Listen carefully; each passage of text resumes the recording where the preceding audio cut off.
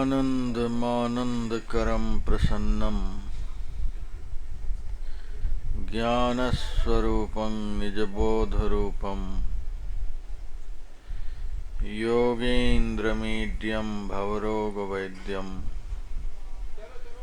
श्रीमद्गुरुं नित्यमहं नमामि।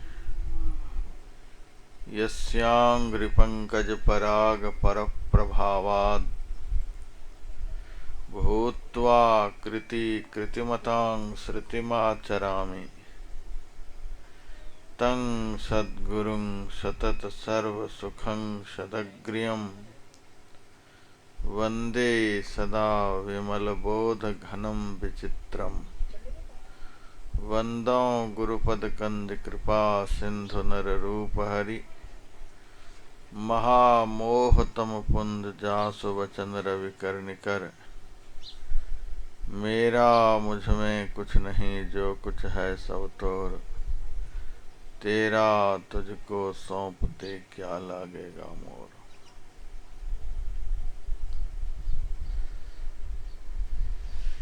मानव जीवन का सबसे महत्वपूर्ण कर्म करने हेतु पधारे हुए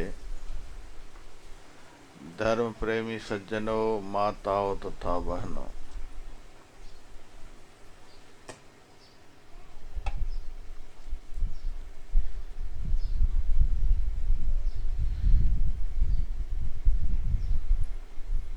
आज हम लोग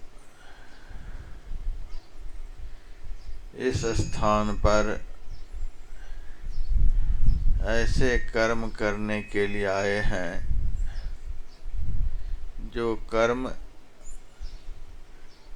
भगवान भी करते थे। अभी आप लोगों ने रामायण का पाठ सुना। कौन उपदेश दे रहे थे? भगवान श्री राम ही तो उपदेश दे रहे थे। किनको उपदेश दे रहे थे? अपने समस्त अयोध्या वासियों को। जैसे हमारे राणा जी ने आप लोगों को यहाँ बुलाया, सत्संग के लिए बुलाया, वैसे ही समय समय पर अपने नगर निवासियों को भगवान श्री राम भी सत्संग सुनाने के लिए बुलाया करते थे। अब थोड़ा सा विचार कीजिए, जिस काम को भगवान करे उससे बड़ा काम दुनिया में कौन हो सकता है। आज आप किसी विधायक को सत्संग में बुलाइए, कहेगा फुर्सत नहीं है, वहाँ सभा में जाना है, वहाँ मीटिंग करनी है, उनसे मिलना है, वहाँ जाना है। विधायक को सत्संग करने की फुर्सत नहीं है। यदि धोखे से वोट बैंक के ख्याल से आ भी जाए, बड़ी जल्दी करते हैं। जल्दी से माला पहनवा दो महाराज जी को, हमें यहाँ से जाना है। माला पहनाएंगे, अच्छा महाराज जा रहे हैं। आज के विधायक जी को सत्संग न सुनने की फुर्सत है, न करने की फुर्सत है। सांसद को बुलाइए, वे तो और नखरे बताएंगे। मुख्यमंत्री तो आ ही नहीं सकते, न प्रधानमंत्री के पास फुर्सत है, न राष्ट्रपति के पास फुर्सत है। किसी धनवान व्यक्ति को बुलाइए, अरे मेरे पास फुर्सत कहाँ है। किसी पढ़े लिखे को बुलाइए, कहाँ फुर्सत है। ताज्जुब की बात है जिस काम को भगवान करे उस काम को करने के लिए आज के बड़े बड़े लोगों के पास फुर्सत नहीं है। राम भी तो हम लोगों की तरह ही दुनिया में आए थे, इसी मनुष्य देह में आए थे। भगवान होते हुए भी वे सत्संग करते थे। यह ऐसा काम है कि यदि इस काम को आदमी बढ़िया से करे तो आदमी आदमी नहीं रह जाएगा, वह एक दिन भगवान बन जाएगा। आदमी को भगवान बना देने वाला यह काम है। इस काम को यदि कोई करे आदमी बहुत बड़ा धनवान बन जाएगा।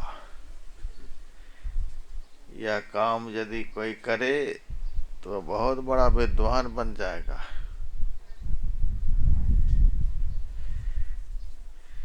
आप यहाँ देखिए,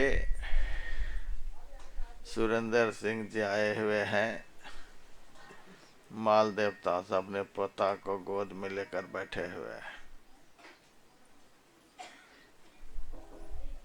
और दादा तो नीचे ही रह गया। अब पोता चला गया मेरे पास प्रणाम करने के लिए,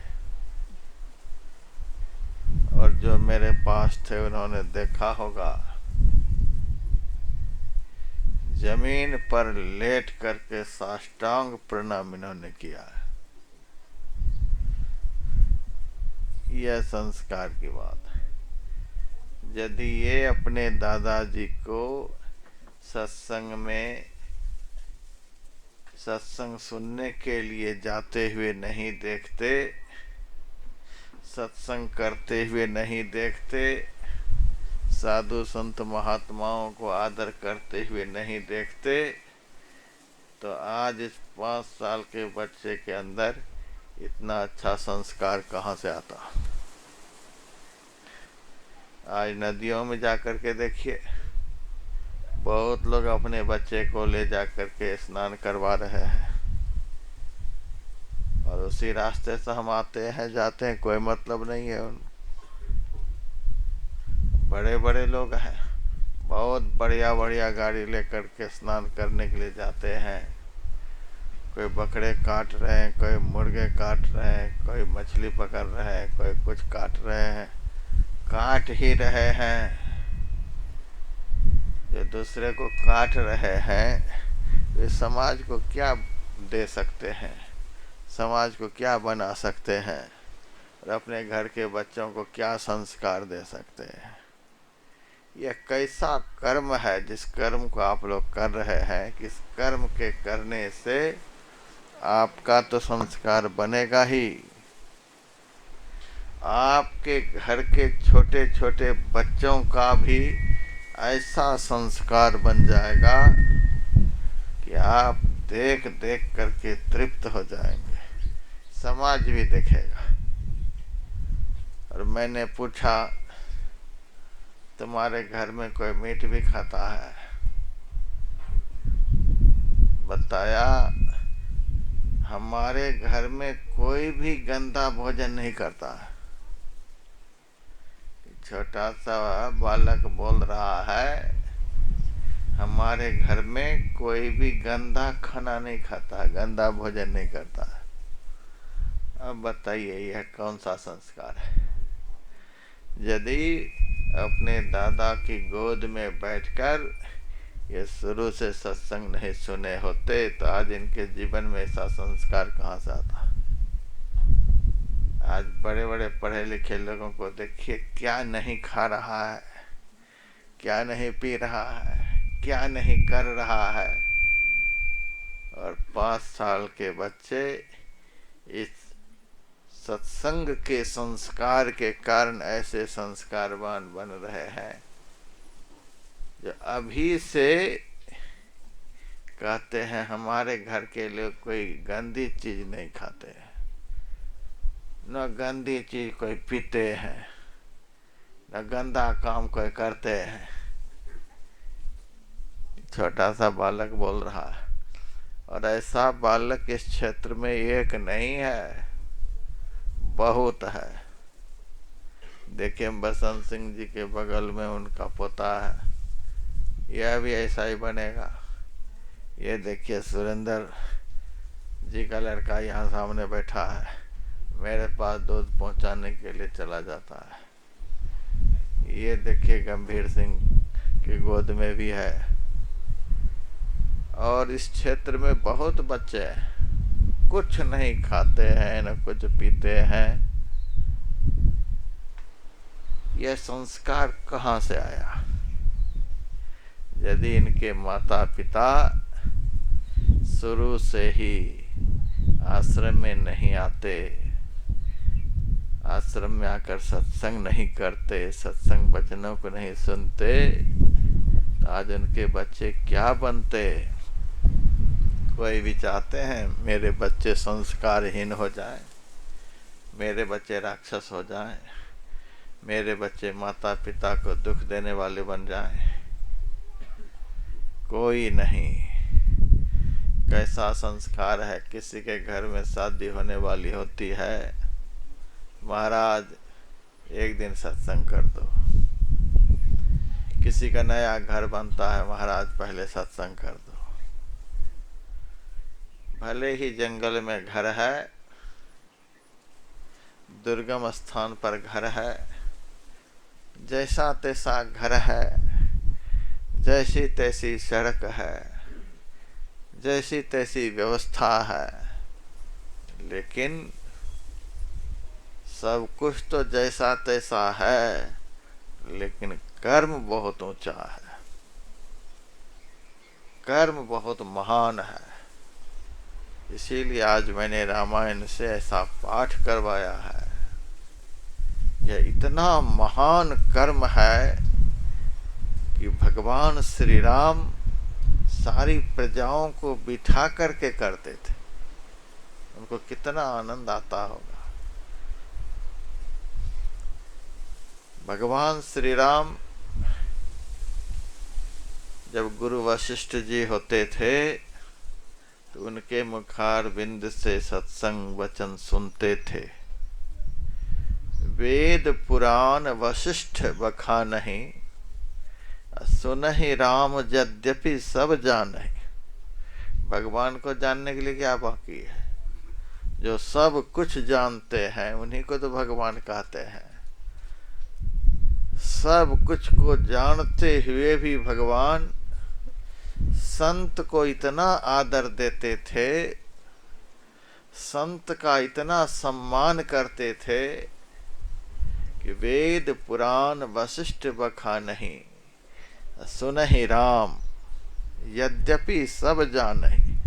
सब जानते हुए भी, सब समझते हुए भी गुरु वशिष्ठ जी को सुंदर आसन पर बिठाते थे और उनसे आग्रह करते थे, गुरुदेव अब आप कुछ हम लोगों को सुनाओ। और वशिष्ठ जी सुनाते थे, बड़े प्रेम से सुनाते थे। और वही संस्कार महाराज दशरथ के घर में आया, जो गुरु वशिष्ठ जी ने उस घर के लोगों को सुनाया। उद्घाटन के समय में गए हुए थे। गुरु महाराज के हाथ से ही स्कूल का उद्घाटन होना था। बहुत सारे बच्चे उस वक्त पंडाल में बैठे हुए थे और बड़े बड़े अध्यापक भी बैठे हुए थे। गुरु महाराज ने सारे टीचरों से और सारे छात्रों से पूछा कि बच्चे आप लोग बताओ, प्रातः काल उठते ही आदमी को क्या करना चाहिए? बताओ। सबसे पहले आंख खुले, तो उठकर क्या करना चाहिए बताओ। सारे बच्चे टीचर के मुंह देखने लगे, पढ़ाने वाले के मुंह देखने लगे,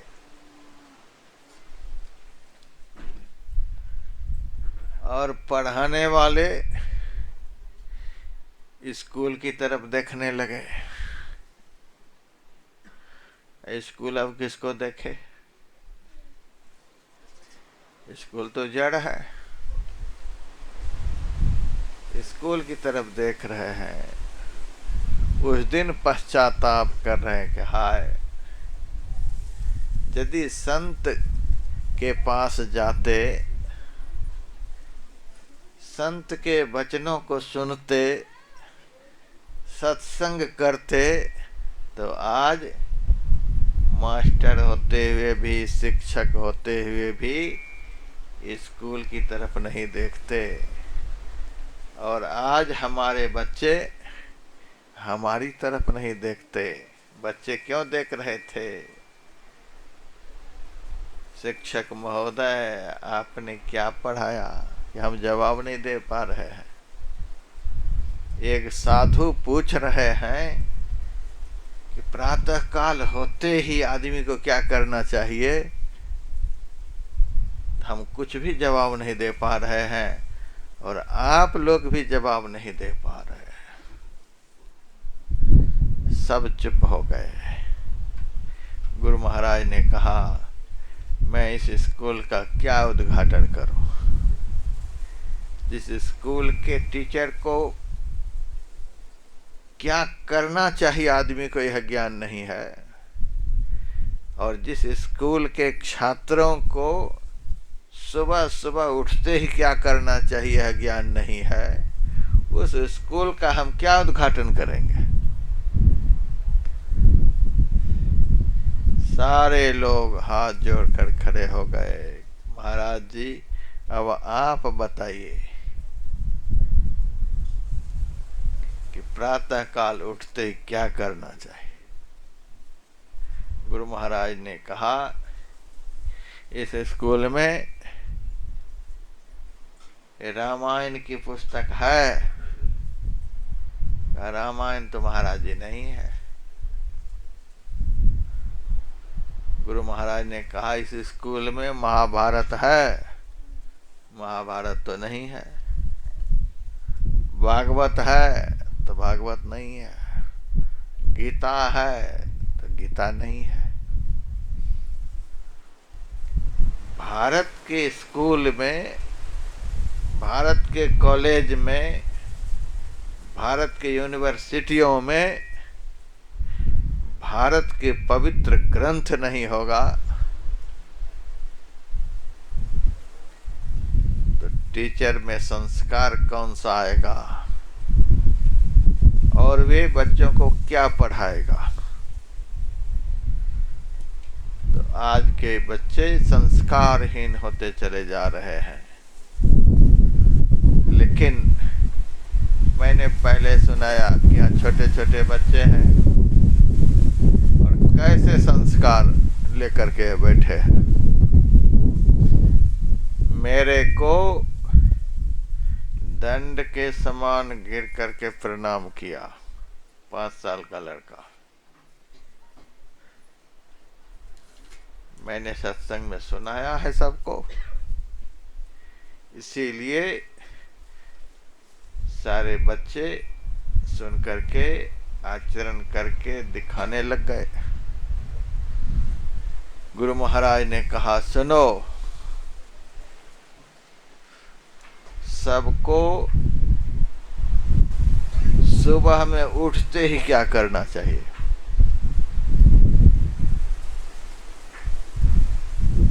गुरु महाराज ने कहा, सुबह में उठते ही सबको वह काम करना चाहिए जो काम भगवान होते हुए भी राम ने किया, जो काम भगवान होते हुए कृष्ण ने किया। राम भगवान है, सब मानते हैं कि नहीं मानते हैं? जो राम को भगवान नहीं माने उनका इस पहाड़ पर जन्म लेना व्यर्थ है। वह रावण के खानदान से आया हुआ आदमी होगा जो राम को नहीं मानता होगा, जो राम को भगवान नहीं मानता होगा, जो कृष्ण को भगवान नहीं मानता होगा, वह रावण के खानदान का होगा।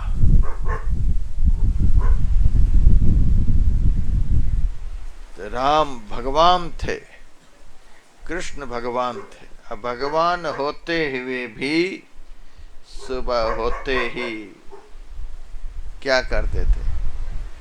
प्रात काल उठ कै रघुनाथा, मात पिता गुरु ना वही माथा। प्रातः काल उठते ही भगवान श्री राम सबसे पहले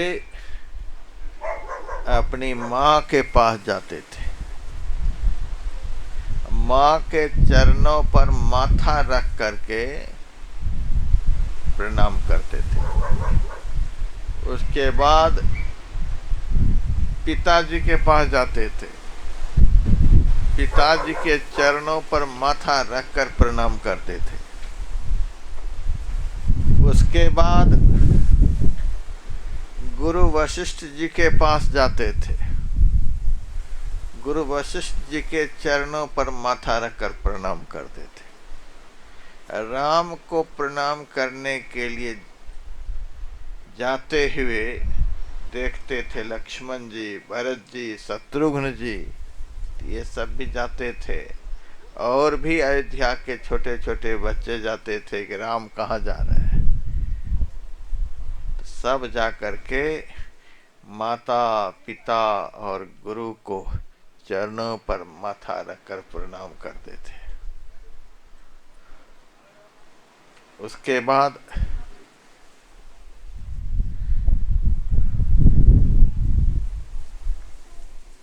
गुरु जी के यहाँ जाकर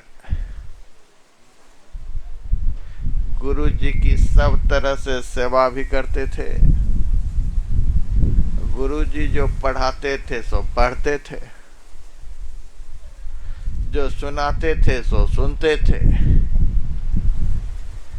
और जो उन्होंने अपने गुरु जी से सुना, जो अपने गुरु जी से पढ़ा,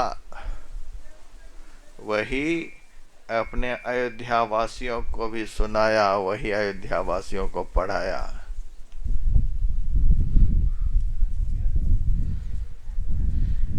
आज के बड़े बड़े लीडरों को कोई आध्यात्मिक टॉपिक दे दीजिए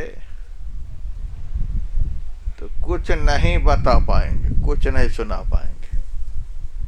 इन्हें गिने भारत में ऐसे धर्मज्ञ लीडर हैं, धर्मज्ञ नेता हैं, जो धर्म के विषय पर कुछ सुना सकते हैं। इन्हें गिने धार्मिक नेता हैं भारत में, जिनको भारतीय सभ्यता संस्कृति का ज्ञान है, जिनको भारत का संस्कार प्राप्त है, भारतीय सभ्यता का ज्ञान है, कर्तव्य अकर्तव्य का ज्ञान है।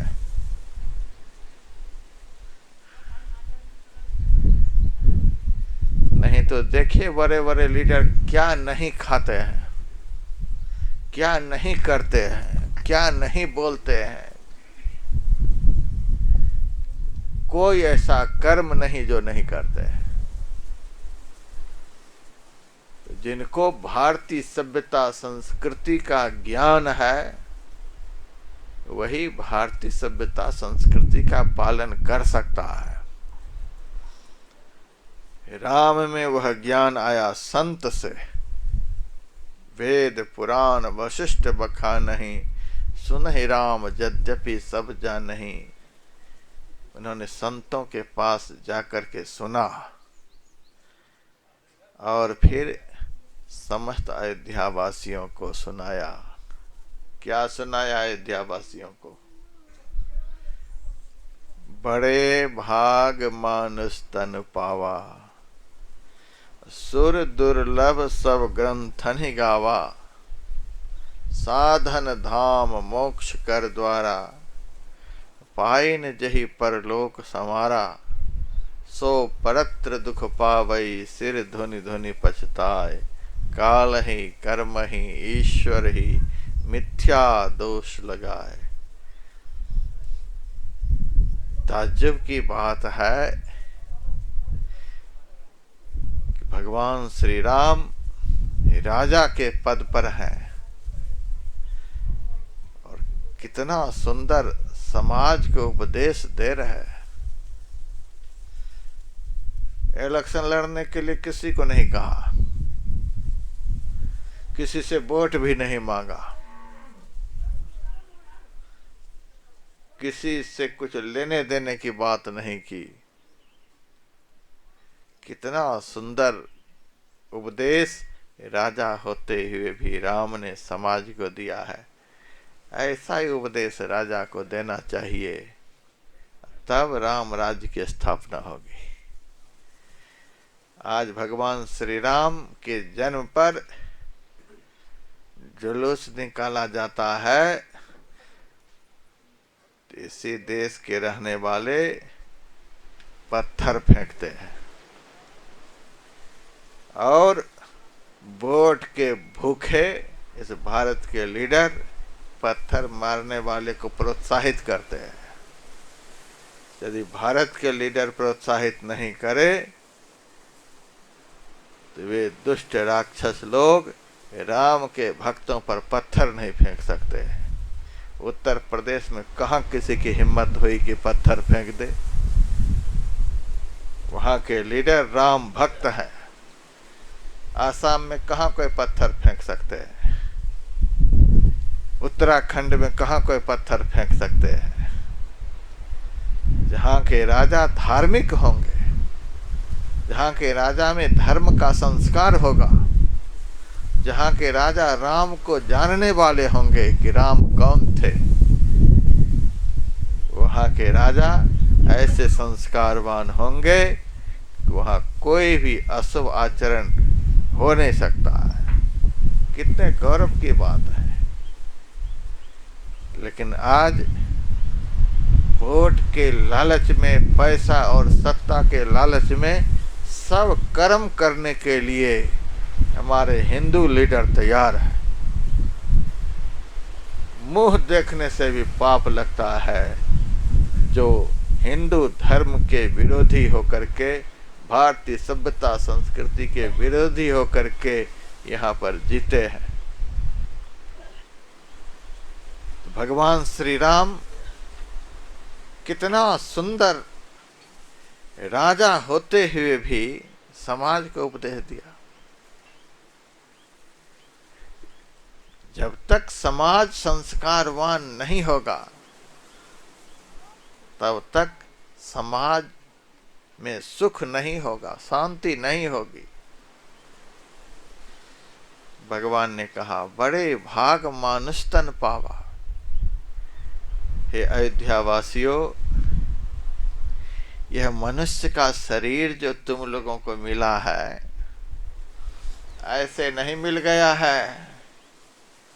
किसी राष्ट्रपति ने तुम्हें मनुष्य का शरीर नहीं दिया है, किसी प्रधानमंत्री ने तुमको मनुष्य का शरीर नहीं दिया है, किसी धनवान ने तुमको मनुष्य का शरीर नहीं दिया है।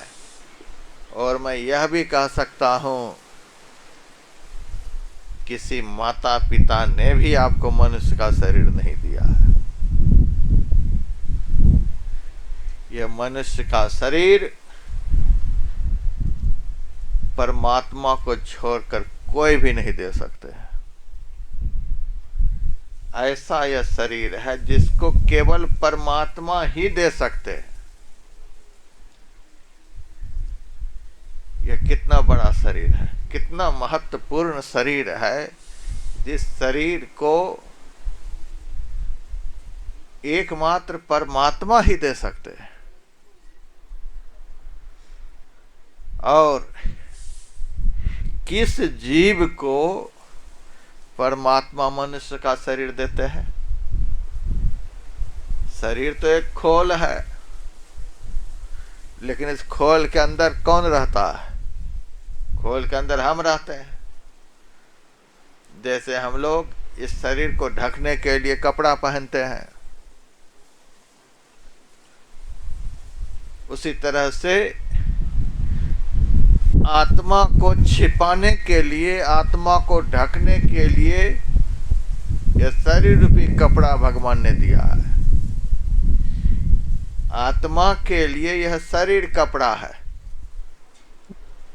आत्मा को पहनने के लिए यह शरीर कपड़ा है, और शरीर को पहनने के लिए सूती, ऊनी, रेशमी ये सब कपड़े हैं। किस जीव को भगवान मनुष्य शरीर रूपी कपड़ा देते हैं? किस जीव को? जीव तो अनंत है।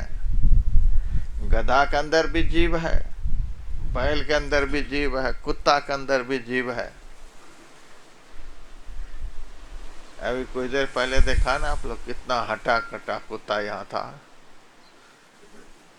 अकेले में आदमी टकरा जाए तो जान लेकर भागना मुश्किल है, लेकिन उस कुत्ता को यहाँ के लोग यहाँ नहीं रहने दिए। सबसे वफादार जानवर यदि दुनिया में कोई होता है तो वह कुत्ता ही होता है।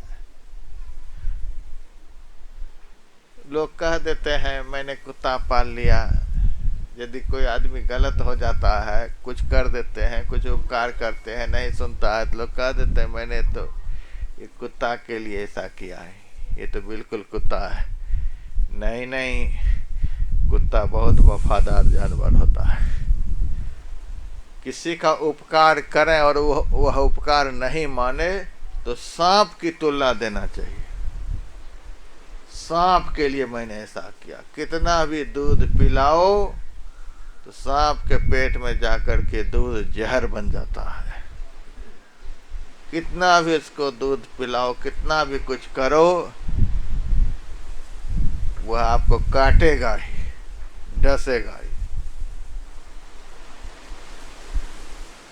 कुत्ता बड़ा वफादार जानवर। बेचारे इस वीरान जंगल में घर है, थोड़ी सी गाड़ी की गियर गड़बड़ हो जाए, ड्राइवर कहाँ जाएगा, गाड़ी में बैठने वाला कहाँ जाएगा पता नहीं।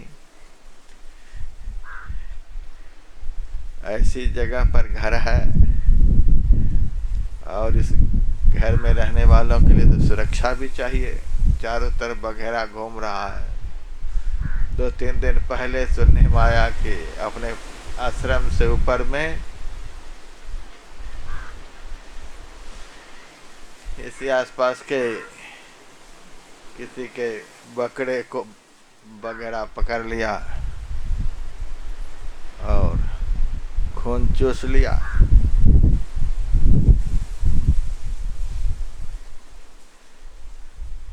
तो व्यवस्था होनी चाहिए। यहाँ पर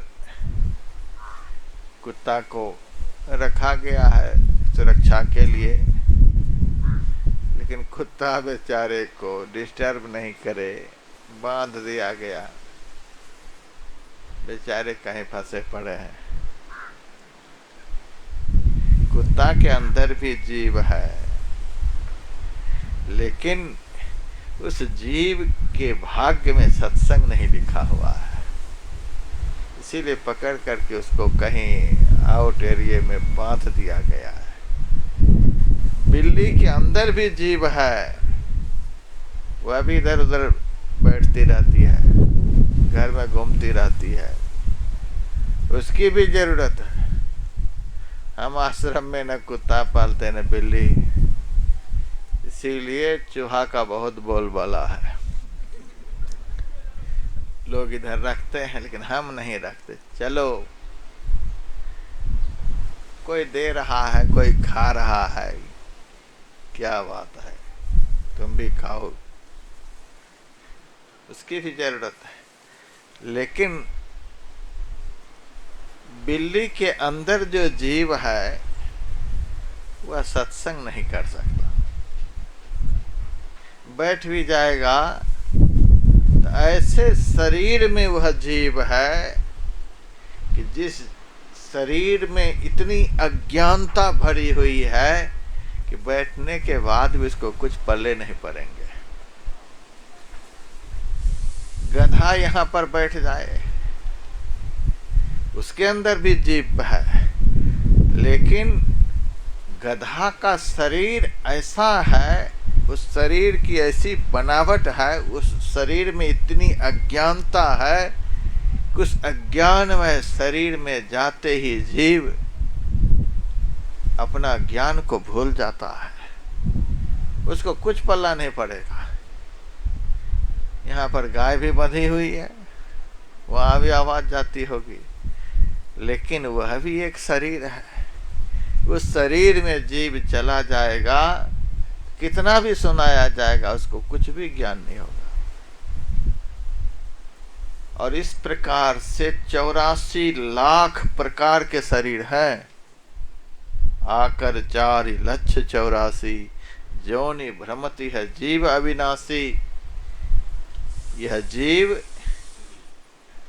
84 लाख प्रकार के शरीरों में जाता है, लेकिन कोई भी ऐसा शरीर नहीं है कि जिस शरीर में जीव जाए और उनको सत्संग सुनने को मिल जाए। किसी भी और शरीर में जाकर के जीव सत्संग नहीं सुन सकता, न समझ सकता, न सुन करके कुछ कर सकता है। कोई भी ऐसा शरीर नहीं है। 84 लाख प्रकार के शरीर तो जीव के लिए हैं, लेकिन किसी काम के लायक नहीं, केवल दुर्गति भोगने के लायक है। यहाँ के बहुत सत्संगी भाई बहन बहुत दुबले पतले हैं। कुत्ता बड़ा हट्टा कट्टा था। अब ये दुबले पतले जो सत्संगी बैठे हैं, उनसे यदि कहा जाए क्या है दुबला पतला शरीर लेकर के बैठा हुआ है, कहो तो हम भगवान से दुआ करें कि ऐसा ही हटा कटा कुत्ता बन जा, खूब खाने पीने को मिलेगा, कोई तैयार नहीं होंगे। कुत्ता बनने के लिए कोई तैयार होंगे कि बहुत हटा कटा कुत्ता बन जाओ? कितनी भी अच्छी व्यवस्था में गाय हो, गाय बनने के लिए कोई तैयार होंगे? हाथी का शरीर भी बहुत हटा कटा होता है, हाथी बनने के लिए कोई तैयार होंगे? गुजरात में एक स्थान है जूनागढ़। जूनागढ़ में एक आश्रम है, सताधारी आश्रम। उस आश्रम में 10-15 साल पहले एक भैंसा रहता था, बहुत हट्टा कट्टा भैंसा। कुछ देवताओं का संस्कार उस भैंसे में था। लोग उस भैंसे को खिलाने के लिए घर से काजू लेकर के जाता था, बादाम लेकर के जाता था, अखरोट लेकर के जाता था, मालपुआ लेकर के जाता था। और इतना हट्टा कट्टा था कि एक एक पैर में 4-4 आदमी दबाने वाला होता था। उस भैंसे के पैर को बड़े भाग मानुष तन पावा दबा रहा था। ये आदमी दबा रहा था भैंसे के पैर को। कैसा वो भैंसा होगा? उस भैंसे की सेवा जो करता था तो आदमी का मनोरथ पूरा हो जाता था। किसी की फैक्ट्री चल जाए, किसी को लड़का हो जाए, किसी का घर बन जाए, ऐसा वो भैंसा था। मैंने तो पैर दबाने वाले से पूछा, इस भैंसे का तो पैर दबा रहा है, एक बात बताओ, मैं तुम्हारे लिए भगवान से प्रार्थना कर दूं, अगला जन्म में तुमको ऐसा ही भैंसा का शरीर मिल जाए? तब का महाराज नहीं, ऐसा मत कहो। अरे भैंसे का पैर दबा रहा है, यदि ऐसा तू ही बन जाएगा तो अखरोट चबता रहेगा, बादाम खाता रहेगा। नहीं, भैंसा का पैर तो दबा रहा है, लेकिन भैंसा बनना नहीं चाहता है। पंजाब में सत्संग करने के लिए मैं जाता ही रहता हूँ। वर्षों पूर्व एक सेठ जी के घर गया सत्संग करने के लिए। सत्संग किया, उसके बाद भोजन किया। भोजन के बाद सेठ जी ने कहा, महाराज अब प्रसाद दे दो घर वालों को। तो मैंने प्रसाद सबको दिया। प्रसाद में बहुत तरह का फल था, सबको दिया। जब चलने लगा तो सेठ जी कहता है, महाराज एक भगत तो रह ही गया। मैंने कहा, रहा कौन? तो कुत्ता को सामने ले आया। वो रसियन कुत्ता था। महाराज लाख से ज्यादा कीमत का यह कुत्ता है, 20-20 लाख एक एक कुत्ता की कीमत है। बहुत पैसे से लाया था। हवाई जहाज में उस कुत्ता को घुमाता है।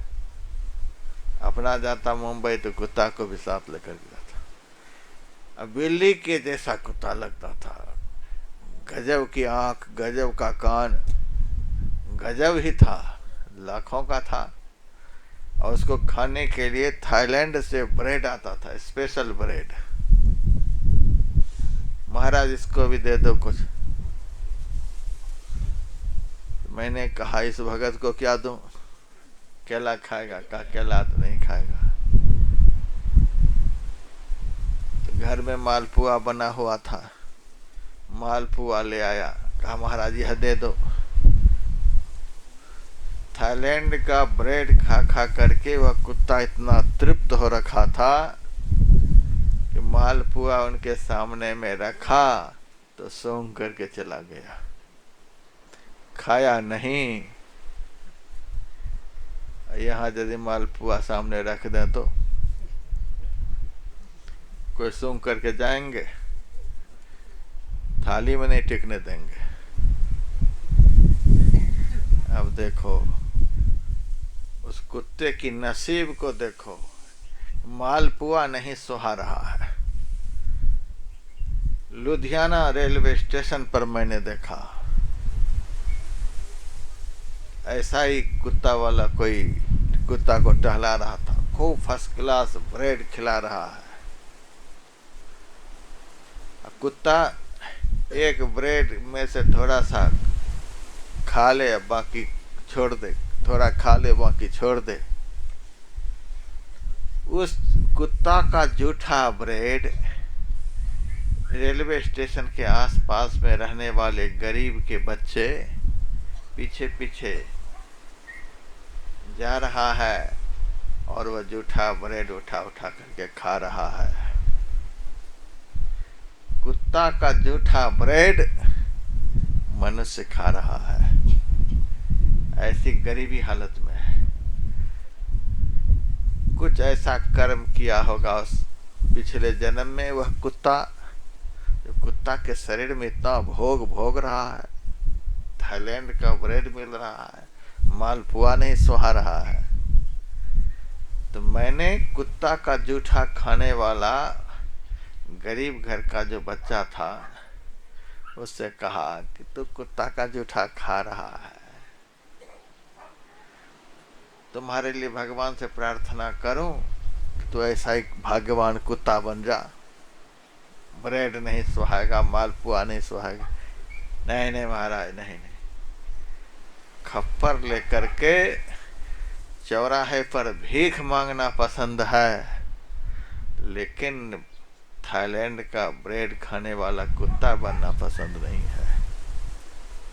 कोई ऐसा कुत्ता के शरीर में जाना चाहेंगे? भैंसा बनना चाहेंगे? बड़ा बड़ा सांप होता है, बनना चाहेंगे? कोई नहीं चाहेंगे। क्या बात है कि शरीर में रहने वाला और शरीर में जाना ही नहीं चाहता है। इस शरीर में रहने वाला मनुष्य किसी दूसरा शरीर में जाना चाहता ही नहीं। कुछ बात तो जरूर है। बात यही है कि जो काम मनुष्य कर सकता वह काम दुनिया में कोई भी नहीं कर सकता। भगवान ने जीव को मनुष्य का शरीर दिया है। कब दिया? 84 लाख योनियों में, एक शरीर के बाद दूसरे शरीर में, दूसरे शरीर के बाद तीसरे शरीर में, 2.25 अरब वर्ष तक।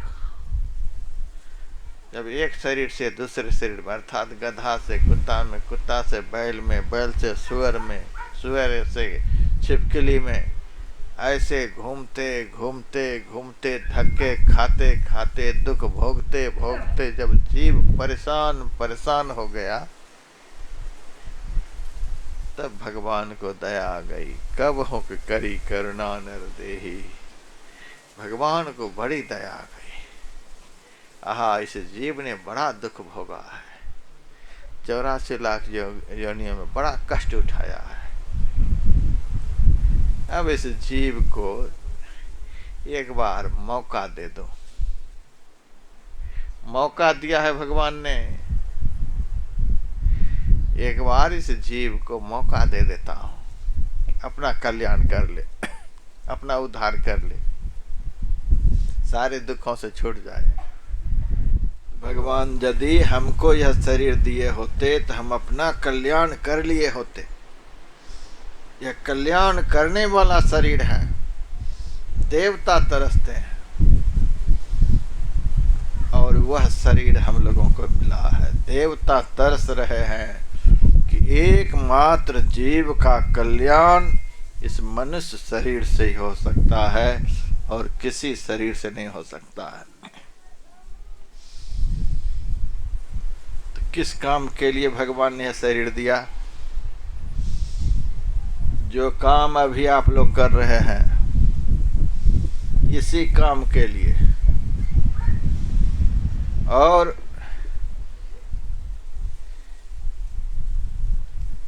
सत्संग आश्रम में आप लोग आते हैं, वहां आने पर आप लोगों को मंत्र भी बतलाया जाता है कि भगवान किस नाम का सिमरन करो। सत्संग आश्रम में आप लोगों को ध्यान करने के लिए भी बतलाया जाता है कि भगवान के स्वरूप का ध्यान करो। भगवान का नाम लेने के लिए, भगवान का ध्यान करने के लिए, और जिस भगवान ने दया करके, कृपा करके मनुष्य का शरीर दिया है, उस भगवान की चर्चा सुनने के लिए।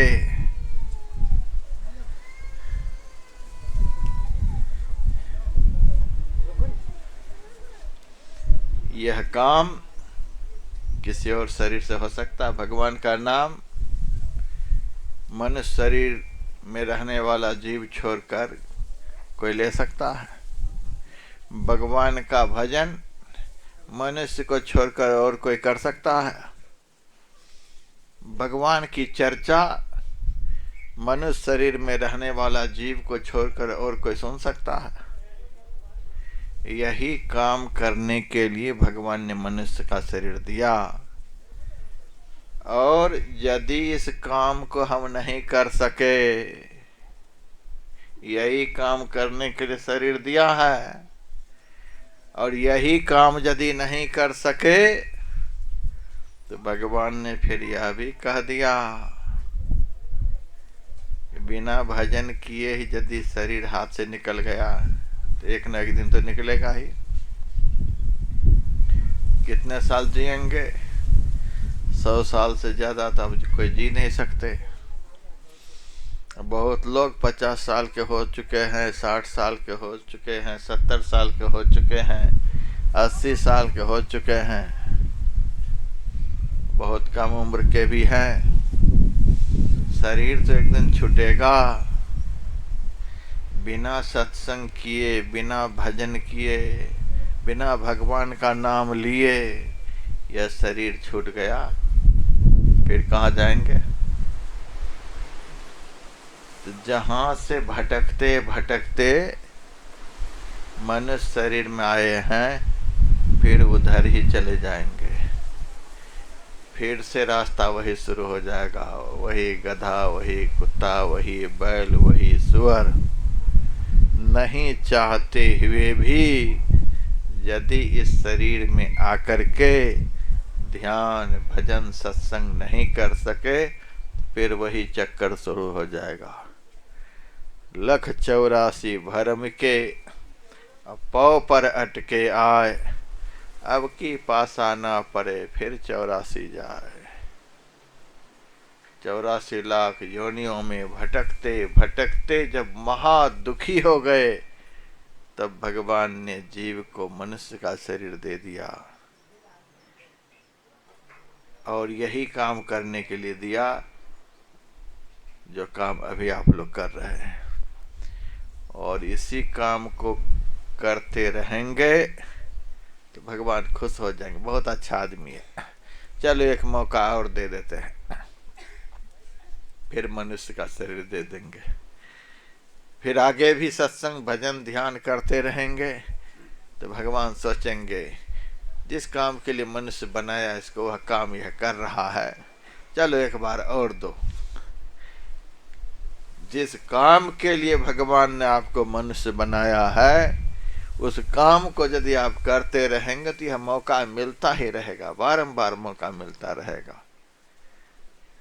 जो लीडर समाज में अच्छा काम करता है तो समाज के लोग उसको मौका देते रहते हैं, फिर से वो आ जाता है, फिर से वो आ जाता है, फिर से वो आ जाता है, समाज खुश रहता है।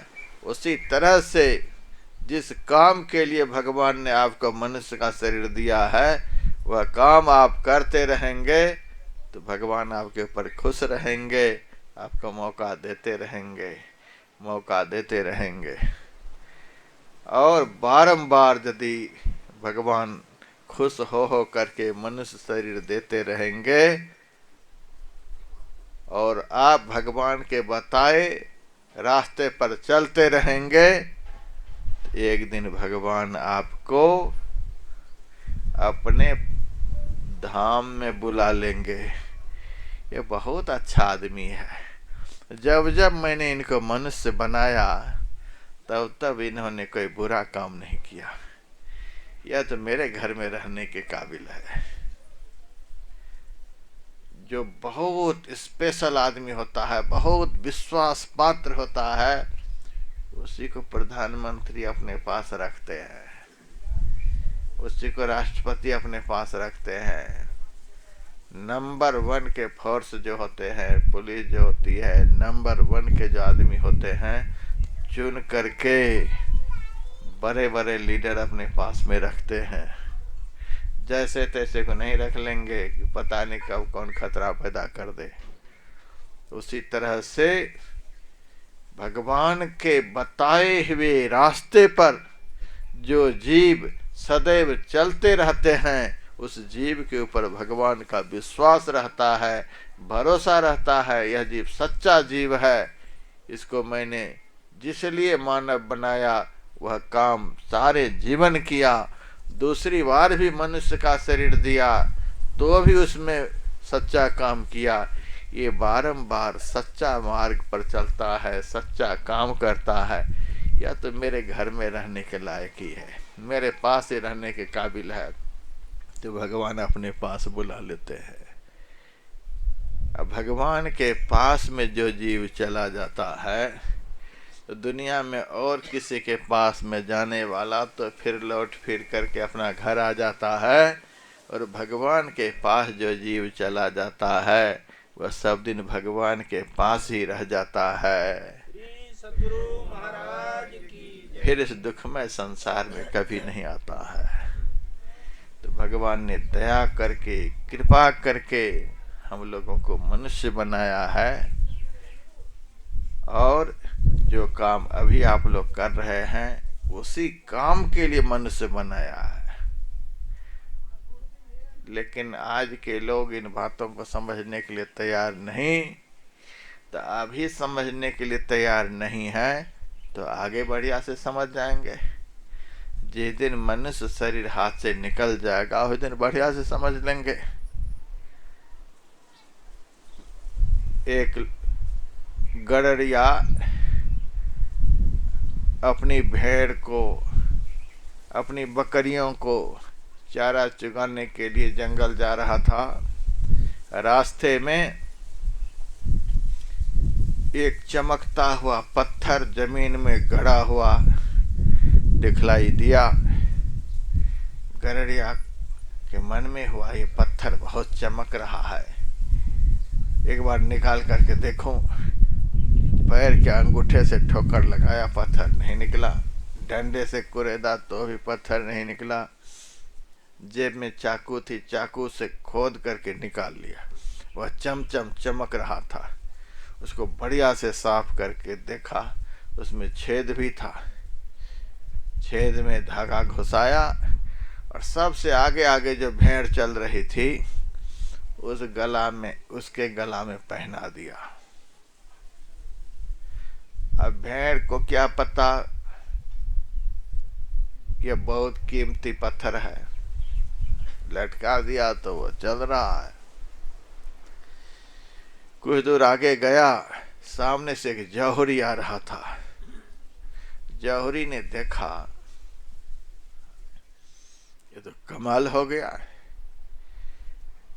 राजा की मुकुट पर रहने वाला जो हीरा है, उस हीरा को इस गड़रिया ने भेड़ के गला में पहना रखा है। सचमुच में यह पहचान नहीं रहा है कि यह हीरा है, साधारण पत्थर समझ करके गला में पहना दिया। जौहरी तो पहचान लिया, सोचा कि इसको मूर्ख बनाना बड़ा आसान रहेगा। गड़रिया से कहता, अरे गड़रिया, भेड़ के गला में जो पत्थर बांध रखा है इसको बेचेगा? हम कौन खरीद करके लाए हैं, रास्ते में मिला पहना दिया, तुमको लालच आ गया है तो ऐसे ही ले जा। कहा ऐसे तो नहीं लूंगा, कुछ तो इसका लेना पड़ेगा, और जो मर्जी सो दे दे।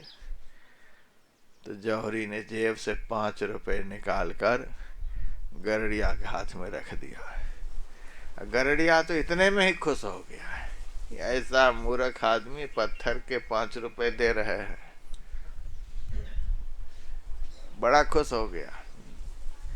जौहरी कहता है, पत्थर खोल करके अब दे दे हमको।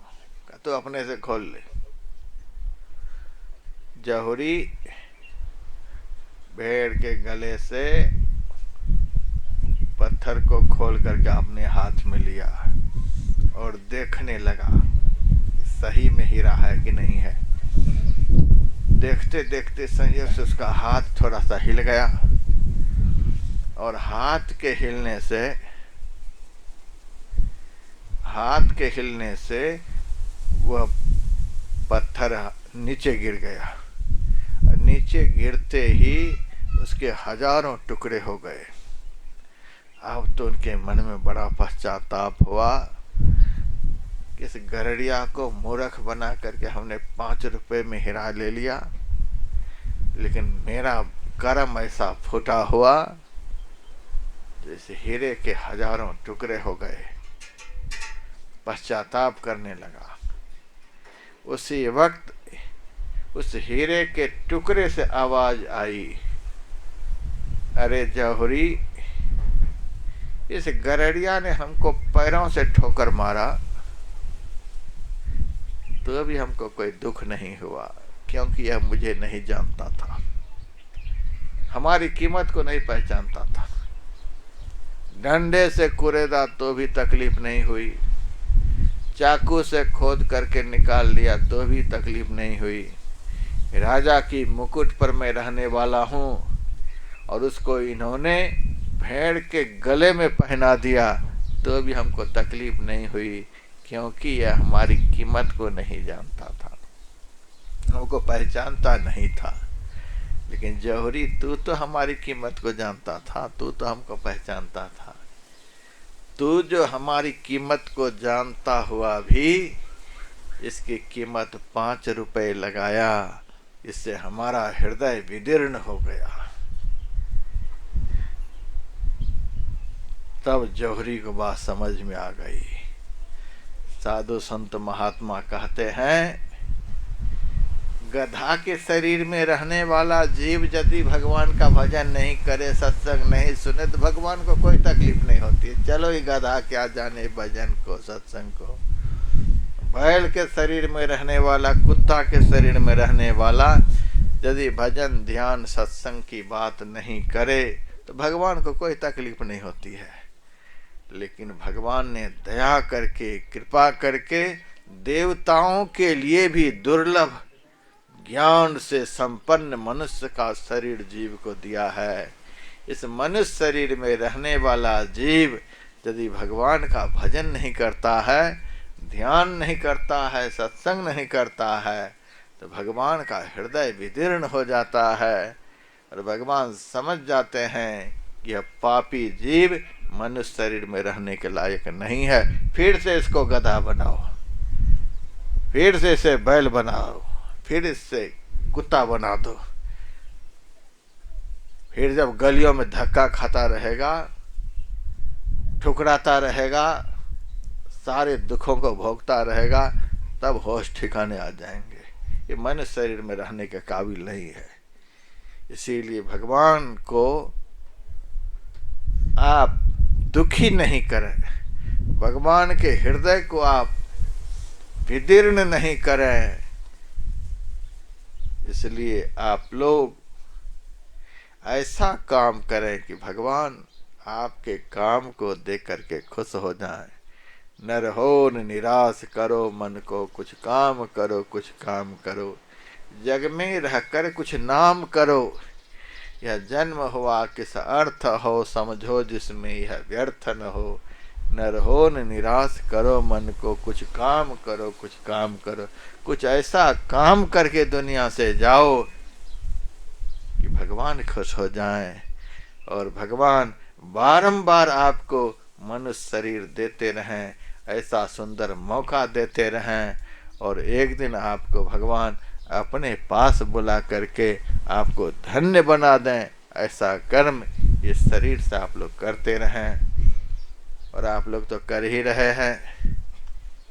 जो नहीं कर रहे हैं आप लोग जा करके उनको भी समझाइए, बुझाइए, अपने बच्चों को यह सब शिक्षा दीजिए, तो आपके बच्चे भी संस्कारी होंगे, आपकी पीढ़ी दर पीढ़ी संस्कारवान होती जाएगी, तो आपके घर के संस्कार बढ़ते जाएंगे, बढ़ते जाएंगे और भगवान खुश होकर के आपका कल्याण कर देंगे।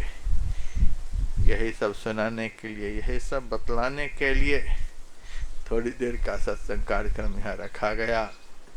बहुत बड़ा काम, बहुत प्रेमी भक्त हमारे महावीर सिंह राणा जी हैं और उनके लड़के, उनके परिवार वालों ने कराया। बहुत बड़ा काम है।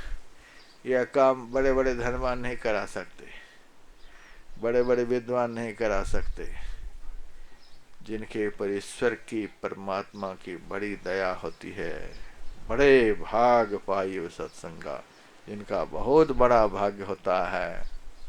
पुण्य पुंज बिनु मिलहिन संता, जिनके बहुत पुण्य होते हैं और बिनु हरि कृपा मिलहि नहीं संता, जिनके ऊपर ईश्वर की कृपा होती है, वे ही इस तरह के काम कर पाते हैं, करवा पाते हैं।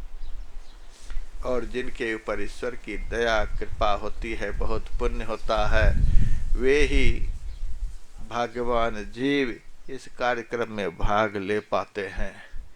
इस तरह के कार्यक्रमों में आप लोग भाग लेते रहें। इस तरह के कार्यक्रमों को आप लोग भी कराते रहें। आपका भी जीवन धन्य होगा, आपके समाज का जीवन धन्य होगा और इस तरह का समाज बढ़ता जाएगा। इसी तरह के समाज जब संसार में बढ़ जाएंगे, संसार में भर जाएंगे, तो उस दिन रावण का राज्य मिट जाएगा और राम राज्य की स्थापना हो जाएगी। यही थोड़ा सा सुनाया, फिर मौका लगेगा तो आपको सुनाया जाएगा। गुरु जयंती, निर्वाण दिवस की सूचना हमारे सूरज सिंह नेगी जी आपको दे देंगे। आगे ये दोनों पर्व हैं और इससे भी बड़ा पर्व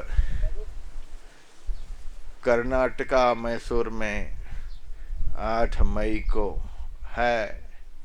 जो वहाँ भी जा सकें तो वहाँ भी देख लीजिए, सूचना दे देंगे। फिर 2 आध्यात्मिक आरती होगी। 5 बजे तक का समय मैंने दिया था, 5 बजने वाला है। बस 6-5 के चक्कर में आप लोग नहीं रहें।